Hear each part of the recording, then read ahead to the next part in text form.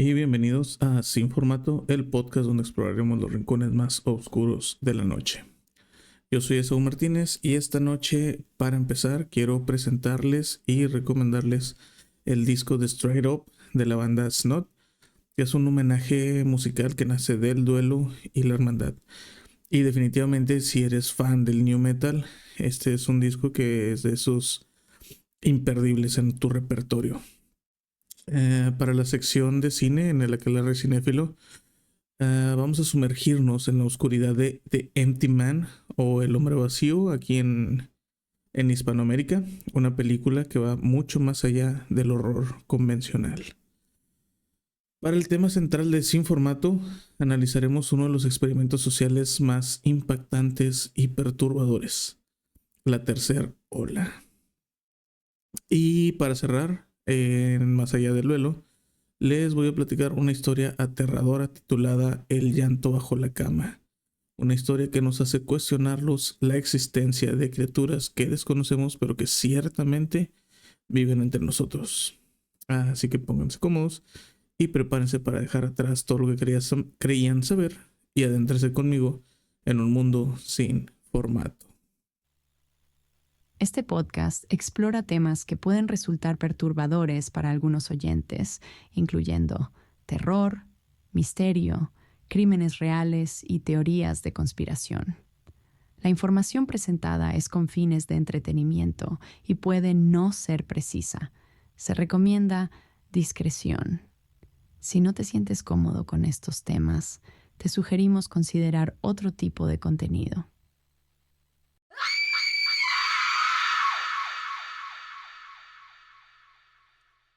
Y bueno, antes de adentrarnos en la oscuridad del tema completo, quiero hacerles la recomendación como ya les había adelantado y presentarles el álbum de Straight Up de la banda Snot. Snot es una banda americana de Santa Bárbara, California, que fue formada en 1955, lanzando su primer disco llamado Get Some con Lynn Strait, que es el fundador de la banda. Esta banda se disolvió después de la muerte del fundador que les acabo de mencionar en 1998. Para 2008, los exintegrantes de la banda se reunieron para que un año más tarde formaran la banda Tons, que es Snot al revés. Y en febrero del 2014 volvieron a renombrar la banda como Snot, que era su nombre original. Y pues bueno, Straight Up, que es el disco que les quiero mencionar, es su segundo álbum de estudios. El álbum cuenta con la participación de vocalistas de una serie de grupos de new metal muy importantes. El álbum fue lanzado como un homenaje al líder de Snot, el cantante Lynn, quien murió, como ya les había comentado, en un accidente automovilístico el 11 de diciembre de 1998. Pero como esta banda pues ya había tenido sus presentaciones, sobre todo en Ozzfest, se alcanzaron a conocer y a codear con varias bandas así de new metal que están pues pesadonas. Entonces lo que pasó aquí fue que ya tenían las canciones, creo que ya habían hecho la parte musical, solo faltaban las voces, que pues ya no las pudo grabar Lynn, el vocalista. Pero muchas bandas se juntaron y decidieron ayudar con las voces para este disco. Voces que les van a sonar muy familiares y sobre todo si les gusta este género musical. Entre tantos está Serj Tankian de System of a Down, está Jonathan Davis de Korn, está ¿quién más? Fred Durst de Limp Bizkit, Corey Taylor de Slipknot y entre otros. Y creo que uno de los más sonaditos es Ozzy Osbourne, que hace por ahí una aparición.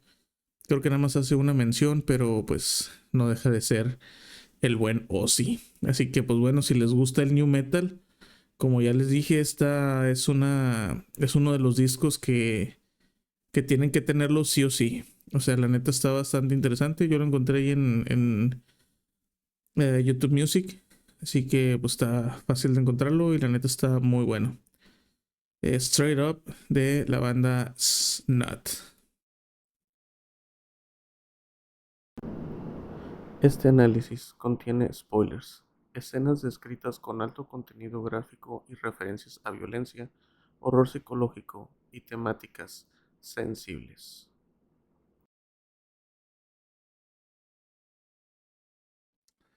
Y pues bueno, es hora de empezar con el aquelarre cinéfilo. Esta noche vamos a platicar un poquito sobre la película de Empty Man o El Hombre Vacío aquí en Hispanoamérica, dirigida por David Bright. La sinopsis, quiero empezar siempre con la sinopsis. Dice: un policía retirado, marcado con la muerte violenta de su familia, investiga la desaparición de la hija de una amiga. A medida que descubre información, el agente sospecha que el rapto de la pequeña está ligado a una secta que trata de invocar a un ser malévolo. Vamos a hacer primero un pequeño análisis sin spoilers. Por ahorita todavía están a salvo, así que tranquilos.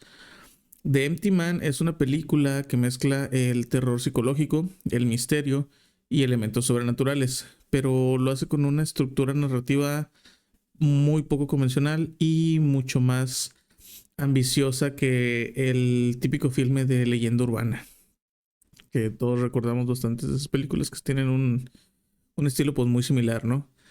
Uh, pero a pesar de haber sido promocionada como una película de terror al estilo de slasher sobrenatural, The Empty Man se aleja bastante de este molde. Su enfoque es un poco más introspectivo, filosófico y atmosférico, con claras influencias de horror cósmico de H.P. Lovecraft, el existencialismo y los conceptos de manifestación de ideas a través de creencias colectivas. O sea, tulpas, que si ya han estado con nosotros en el canal, saben perfectamente lo que es un tulpa, si no ahorita más adelante les comento. Visualmente es muy cuidada, la fotografía es sombría, es opresiva y con un uso del sonido que contribuye con la construcción de la tensión constante. La dirección de David Prior toma riesgos con una apertura de casi 20 minutos que parece ser otra historia totalmente distinta, una especie de mini película dentro de la película, pero que más adelante cobra sentido, mucho más adelante. El ritmo es pausado, algo que puede alejar al espectador que espera sustos rápidos y una historia directa. Sin embargo, para quienes disfrutan del terror que invita a la reflexión, con capas filosóficas, símbolos por descifrar y cosas así, The Empty Man te ofrece una experiencia única. A lo largo del film se abordan temas como la naturaleza de la conciencia, el poder de la sugestión, la fragilidad de la realidad y el papel de las creencias en la construcción del mundo. Y pues aunque fue ignorada en su estreno, ya que estrenó casi en plena pandemia, The Empty Man ha ganado su estatus de culto entre fans del horror más cerebral, por así llamarlo, gracias a su narrativa ambiciosa y su atmósfera inquietante. Ese fue el análisis sin spoilers. Ahora van a empezar los spoilers, así que si quieren brincarse, por ahí abajo les vamos a poner el minuto en el cual ya van a estar como que más tranquilos sin meterse en spoilers, ¿de acuerdo? La historia comienza en 1995 con un grupo de excursionistas que van a Bután y encuentran una figura esquelética en una extraña cueva. Uno de ellos, Paul, queda en un estado catatónico tras escuchar susurros.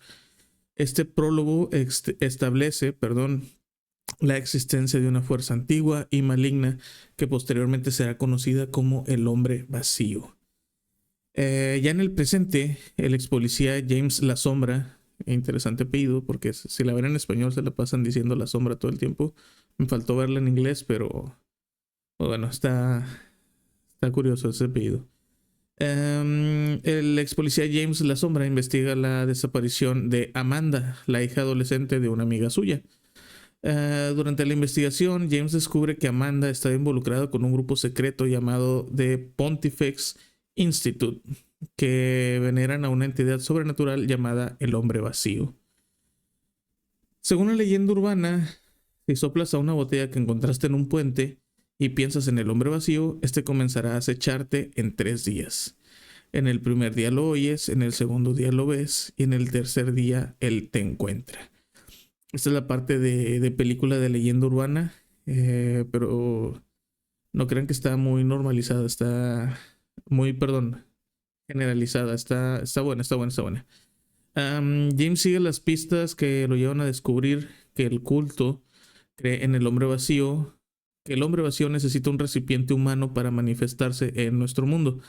La gran revelación y el giro de tuerca más pesado es que James no es una persona real, sino un tulpa creada por el culto, como un recipiente ideal moldeado con recuerdos y personalidad implantada.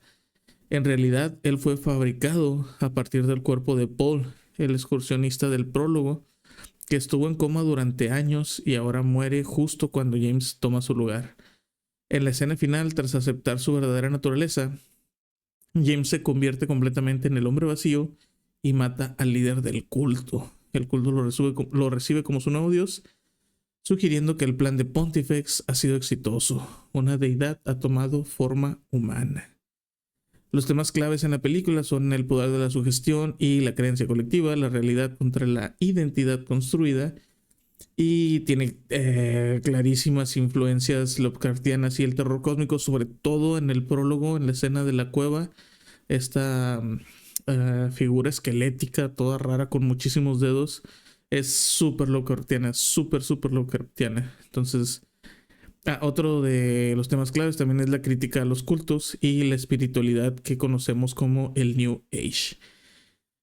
Ahora vamos a pasar a un pequeño cuestionario que me gusta hacerme cada que veo una película y pues se los comparto. ¿Cuál fue mi primera impresión? Me gustó mucho. El prólogo está bastante interesante. Este prólogo se les puede hacer pesaditos a algunos. Es un prólogo de 20 minutos, pero la neta vale bastante la pena. Está muy interesante y muy perro. La atmósfera te atrapó desde un inicio. Sí, sobre todo el sonido. El sonido y la fotografía se pasaron. Está muy bien, está muy bueno. Y sí te mantiene ahí tensito. ¿Cuál es el elemento que más destaca en la película? Para mí fue el sonido. El uso de los silencios y el uso de estos sonidos raros, por así decirlo, me gustaron bastante. El elemento que menos me gustó, yo creo que las actuaciones. A veces está chido que usen a muchos actores que son como que desconocidos, pero en este caso siento que pudieron haberse gastado un poquito de presupuesto en actores un poquito más renombrados y que tuvieran pues un mejor desempeño. ¿Cuál es la escena más perturbadora?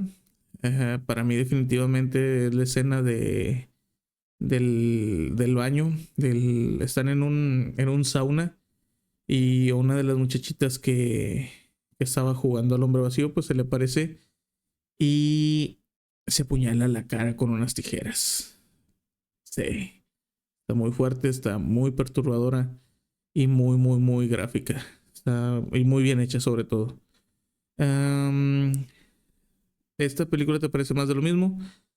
Definitivamente no. Definitivamente no. Está muy bien hecha, está bien pensada, está estudiada. Me gustó mucho que usaran la referencia de los tulpas. Me gustó mucho que tuviera estos elementos Lovecraftianos y que tuviera una forma diferente de contarte este slasher sobrenatural. No es el típico Freddy, no es el típico Jason. Está bastante buena. ¿Qué hubiera hecho diferente yo si lo hubiera dirigido? Creo que le hubiera quitado unos 20 minutos a lo mejor. Hay una que otra escena que debieron haber sido un poquito más rápidas y un poquito más impactantes, a mi gusto, obviamente. Eh, y la película pues se extiende mucho, creo que dura 2 horas y 10. Entonces sí llega a ser un poquito pesada en ciertos momentos. Um, la película es creíble en un sentido de que podría pasar en la vida real. Pues bueno, ustedes me dirán. O sea, ya sabiendo lo que es un tulpa, tenemos el mejor ejemplo, que es el típico Slenderman. Si muchas personas hablan de lo mismo y le tienen miedo a lo mismo, puede manifestarse como algo real. No lo sé. Lo que definitivamente sí podría pasar y pasa todo el tiempo es el tema de los cultos. Es un tema bastante peligroso. Suelen atraer a personas que pues están necesitadas y quieren apegar su fe a algo o a alguien. Y pues está muy peligroso ese rollo. Entonces sí, definitivamente puede pasar. Así que tengan cuidado. Si creen que están en un culto, muy probablemente están en un culto. Si tienen la duda de que están en un culto o una secta, lo más probable es que estén en él. ¿Qué calificación le doy? Quiero calificar mis películas con pentagramas, porque pues miren atrás de mí, ¿qué hay aquí? Pentagrama. Entonces, ¿cuántos pentagramas le doy a esta película? Yo le voy a dar un 7.5. Está buena, como les digo, está interesante, tiene temas chidos, pero el tema de que sea tan larga sí me hizo perderme en no en muchos momentos, pero en cierta parte de la película se me empezó a hacer pesada. Y pues no sé, no creo que haya sido tan necesario hacer esos tiempos tan largos. Así que pues bueno, este fue el análisis, el resumen y lo que yo creo sobre la película de Empty Man o El Hombre Vacío aquí en Hispanoamérica. Este episodio contiene descripciones de eventos reales, teorías controvertidas y relatos perturbadores que pueden afectar la sensibilidad de algunos oyentes. Se recomienda discreción. Y pues bueno, llegó el momento de comenzar con el tema principal del día de hoy. Y pues voy a leerles mi guioncito porque como estoy solo, no tengo con quién rebotar ideas y se me hizo mejor pues escribir guiones y pues vamos a platicarlos, ¿no? Todo comenzó con una simple lección de historia, una pregunta que parecía inofensiva y un experimento que en teoría solo duraría 1 o 2 días, pero que nadie en esa aula estaba preparado para lo que estaba por venir. En 1967, la Coverly High School en Palo Alto, California, parecía un instituto como cualquier otro. En una de sus aulas, el profesor Ron Jones, profesor de historia, discutía con sus alumnos los horrores del nazismo. Fue entonces cuando alguien lanzó una pregunta que muchos se han formulado en algún momento de sus vidas. Y la pregunta es, ¿cómo es posible que el pueblo alemán permitiera el ascenso de Hitler? ¿Por qué es que nadie hizo nada? Jones se quedó en silencio por un momento. Podía darles una explicación teórica, pero decidió hacer algo distinto, algo que ellos jamás olvidarían. Para este punto cabe mencionar que Ron Jones no era el típico maestro de la época de los 60s, era un maestro más lo que ahorita conocemos como un profesor cool. Era de estos maestros que ponían las sillas en círculos y hacían las clases con como temas actuados para que fueran un poquito más fáciles de asimilar por los alumnos. No era un maestro muy flexible, era surfista. O sea, ahorita va a tener un poquito de relevancia este punto de que seas surfista. Pero pues bueno, vamos a comenzar con los hechos de la semana. A la semana siguiente de estos cuestionamientos, el lunes, empezó su experimento. Jones entró a la aula con una energía distinta. Él había preparado algo especial. Se plantó frente a la clase y con voz firme les habló sobre la importancia de la disciplina. Explicó que todo gran movimiento, toda gran nación, se construye sobre la base del orden y el control absoluto. Luego, sin dar más explicaciones, comenzó a imponer reglas. A partir de ahora, dijo, todos deben sentarse con la espalda recta, los pies planos sobre el suelo y las manos detrás de la espalda. Nadie hablará sin permiso y cuando lo hagan se pondrán de pie y me llamarán señor Jones, responderán de manera rápida y precisa. Los estudiantes al principio rieron. Pensaban que era una broma, pero pronto notaron que Jones no estaba jugando. Los que no seguían las instrucciones eran corregidos inmediatamente. Más rápido, más recto, más fuerte. Y lo más inquietante fue lo rápido que los alumnos lo aceptaron. En cuestión de minutos las risas desaparecieron. Ahora todos obedecían y lo hacían con entusiasmo. Se sentían parte de algo más grande, de algo especial. Para finalizar la clase de ese día, Jones les dio una frase: fuerza a través de la disciplina. Un lema sencillo pero poderoso. Lo que nadie sabía en ese momento, ni siquiera el propio Jones, era que ese simple ejercicio estaba a punto de transformarse en algo mucho más oscuro. Y esto apenas era el primer día. Cuando los estudiantes llegaron al aula el día martes, algo había cambiado en ellos. Ya no esperaban instrucciones con escepticismo. Ahora lo hacían con anticipación. La rigidez con la que se sentaban, la rapidez con la que respondían, era como si hubieran estado siguiendo esas reglas toda su vida. Jones notó esto y decidió llevar el experimento a un paso más allá. Esta vez escribió un nuevo lema sobre la pizarra: fuerza a través de la comunidad, porque la disciplina por sí sola no era suficiente. Ahora necesitaban tener unidad. Para reforzar este concepto, Jones implementó un saludo especial, un gesto con la mano derecha doblada por encima del hombro. Lo llamó el saludo de la tercera ola. Nadie podía hablar con otro compañero sin antes hacer el saludo. Se convirtió en una señal secreta, un código que los identificaba como parte de algo exclusivo, algo que los diferenciaba de los demás. Y lo más sorprendente fue lo rápido que lo aceptaron y abrazaron esta nueva regla con fanatismo.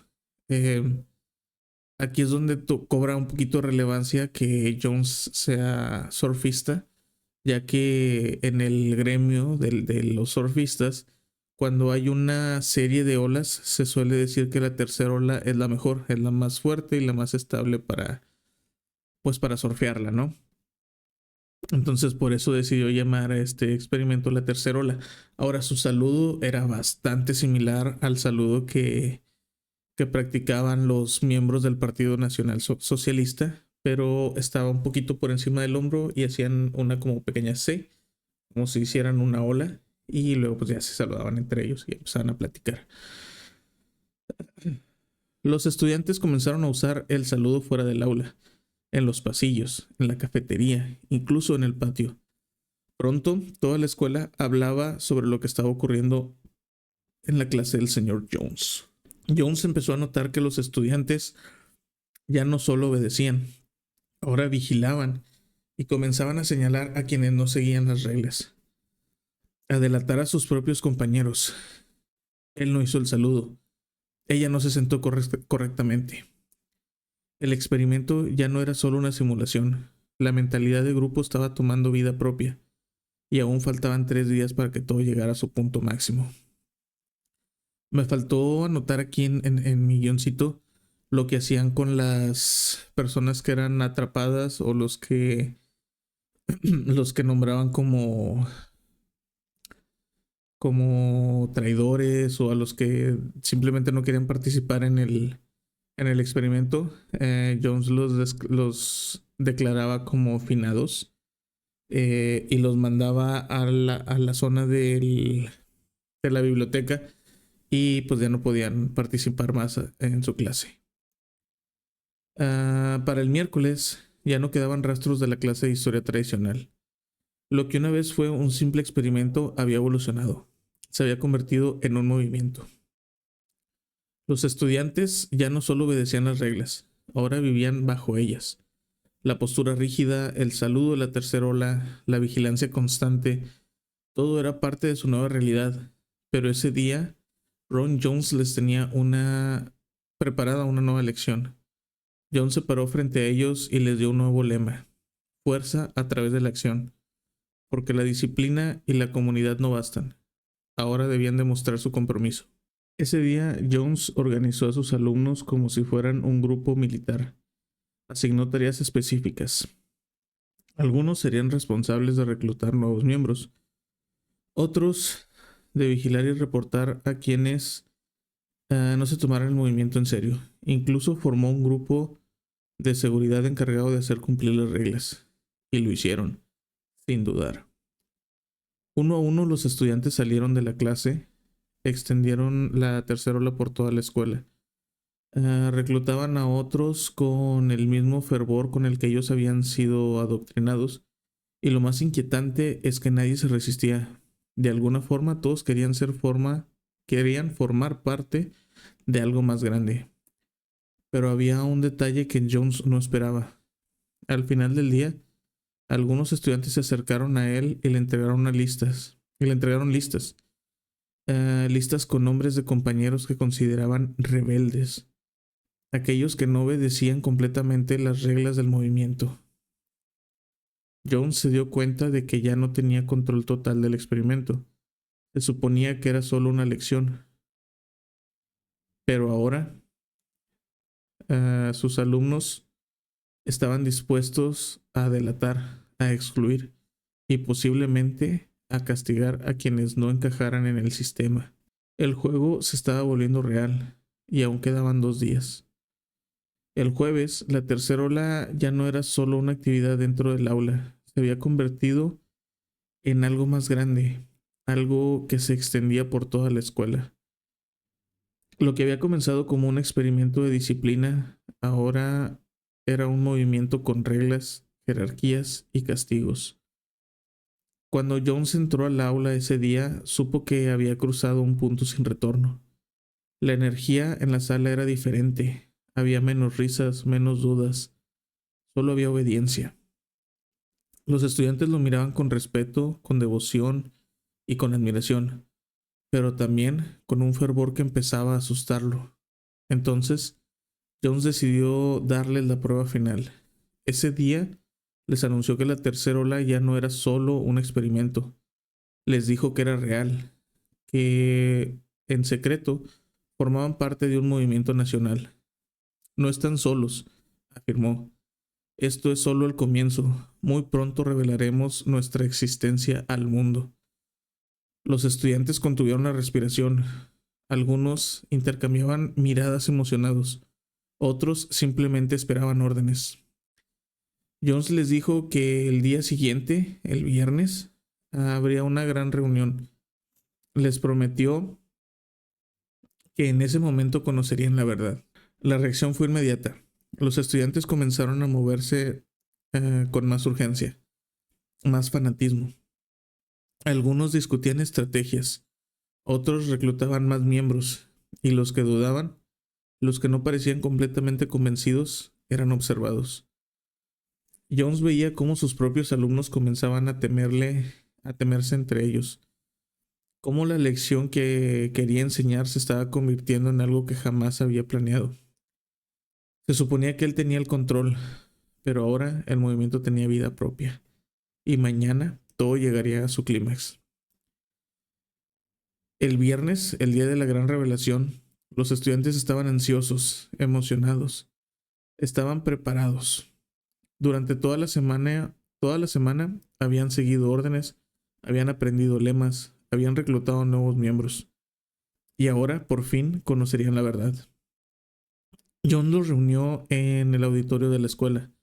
Las luces estaban bajas y el ambiente era solemne. Nadie hablaba demasiado, solo esperaban la llegada del líder.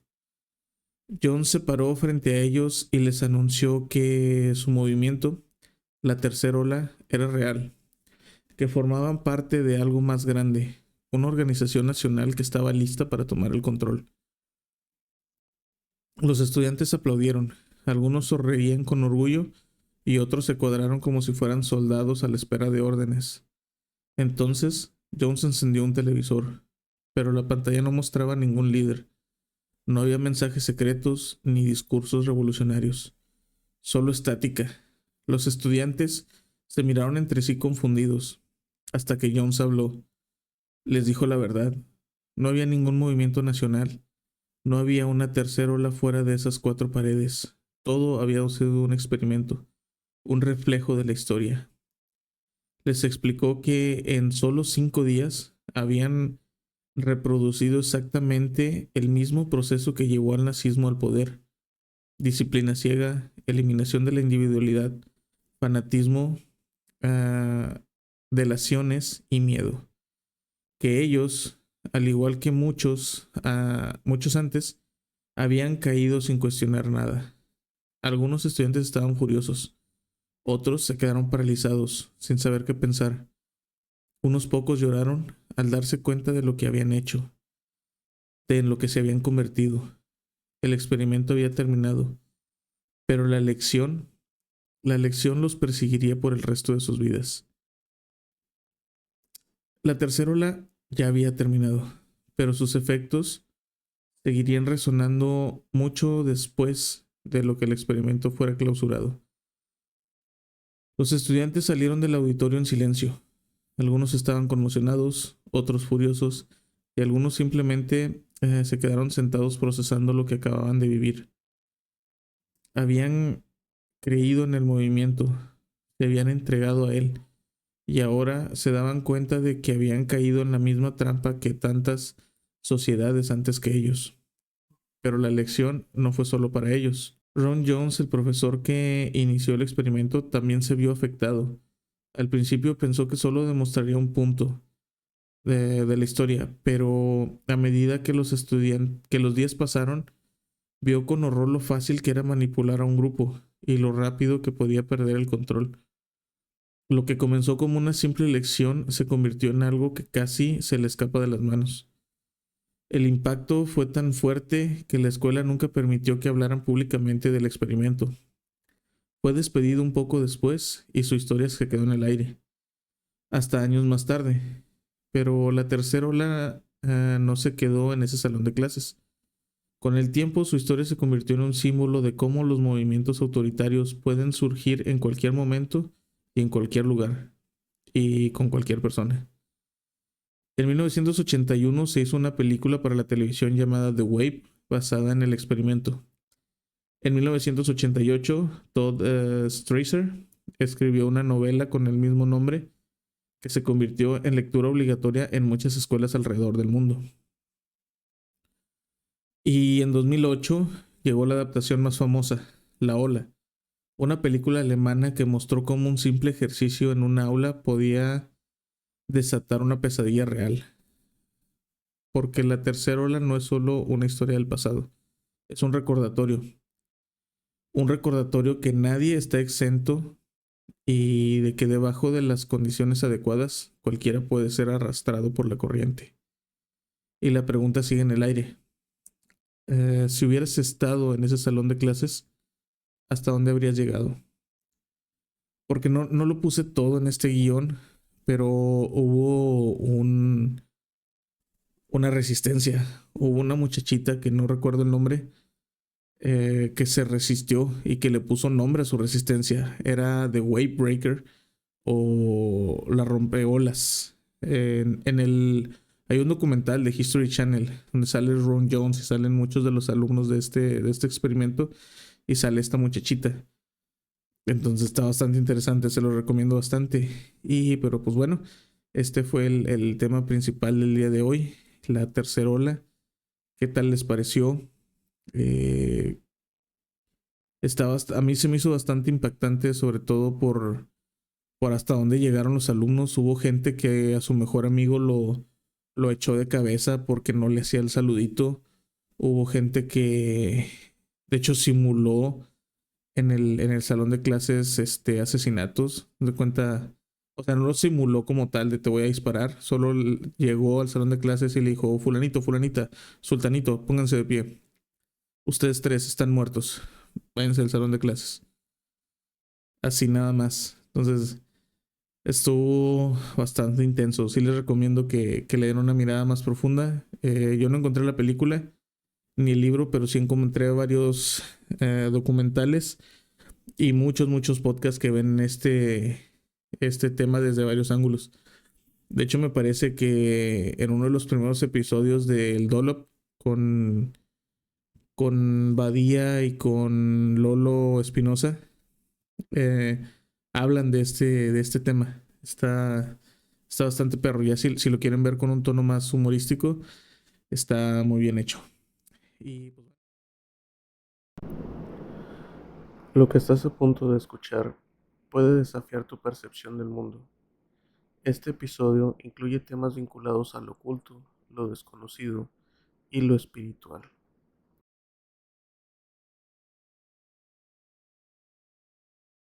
Muy bien hecho.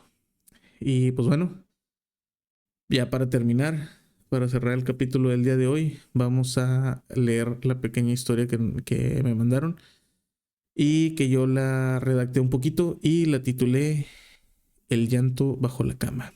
Dicen que cuando un bebé llora en la madrugada, no siempre es por hambre o sueño. A veces es porque algo lo está mirando. Hoy te voy a contar una historia que me compartieron hace un tiempo. Le ocurrió a una amiga en una casa de esas llamadas invadidas, sin ventanas, donde apenas sobrevivía con su bebé recién nacido, pero que una noche algo se llevó al pequeño y lo dejó donde nadie esperaba encontrarlo. La casa era una de esas construcciones abandonadas a las afueras. Era una de esas llamadas invasiones en las que apenas si tienen electricidad conectada de forma clandestina. No había ventanas, solo había huecos por donde se colaba el polvo, el viento y a veces cosas peores. Mi amiga acababa de dar a luz a un bebé un poco, era prematuro. El niño era muy pequeño y delicado, así que lo tenían todo el tiempo a su lado en un Moisés improvisado. Las noches eran de lo más difíciles. El aire era frío, el silencio era incómodo, pero peor aún eran los ruidos, crujidos que no se explicaban, sombras que parecían moverse sin luz. Y una noche en particular, ella se despertó sin saber por qué. No había ningún ruido al principio. Se incorporó de la cama instintivamente mirando hacia el Moisés, que estaba vacío. El corazón le dio un vuelco. Pensó que tal vez el bebé se había movido, aunque no tenía edad para voltearse, mucho menos para salirse del Moisés. Encendió la linterna del teléfono y revisó a los alrededores. No estaba en el suelo, no estaba sobre la cama, no estaba en el baño. Desesperada, empezó a llorar mientras gritaba el nombre de su bebé, y entonces lo oyó. Un llanto bajito pero claro. Venía de debajo de la cama. Temblando se agachó lentamente y allí estaba su hijo, acostado boca arriba con los ojitos abiertos, mirando hacia la oscuridad. No tenía ni un rasguño, ni un rastro de cómo había llegado allí, pero lo que más lo aterró fue algo que notó después. Había marcas de unas manos pequeñas en el polvo bajo la cama, pero no eran del bebé, eran manos con dedos largos, muy largos. Mi amiga se fue de esa casa a los pocos días. Se mudó con un familiar. Estaba apretada, incómoda, pero segura. A veces dice que todavía su niño se queda mirando fijamente a los rincones oscuros y sonríe, como si reconociera algo o a alguien. Dicen que los bebés son más sensibles a lo que los adultos ya no pueden ver. Quizás por eso hay cosas que los visitan, cosas que solo ellos entienden. ¿Tú qué crees que haya pasado esa noche? ¿Qué tal? Yo creo que este es uno de esos casos tipiquísimos de duendes, ¿no? duendes que ven la oportunidad de intercambiarse. Ya lo hemos hablado aquí en el canal. Saben que yo soy muy fanático de todo lo que tiene que ver con estas criaturas eh, pues mágicas o antiguas, por así decirlo. Y es muy sabido por la gente como yo que les gustan este tipo de criaturas, que estos seres suelen intercambiarse con bebés para pasar sus últimos días siendo amados, queridos y mimados. Así que pues bueno, esa fue la historia de esta noche. Y pues no me queda nada más que darles las gracias si es que se quedaron hasta el final. Recuerden suscribirse si es que aún no lo han hecho y compartir estos episodios para que podamos crecer juntos. Recuerden también enviar sus historias a cualquiera de las redes sociales del canal, hacer sugerencias para el tema principal y sobre todo sugerencias para películas, para verlas y analizarlas. Y pues bueno, yo soy Esaú Martínez, esto fue Sin Formato, los quiero mucho y espero verlos la próxima semana. Bye bye.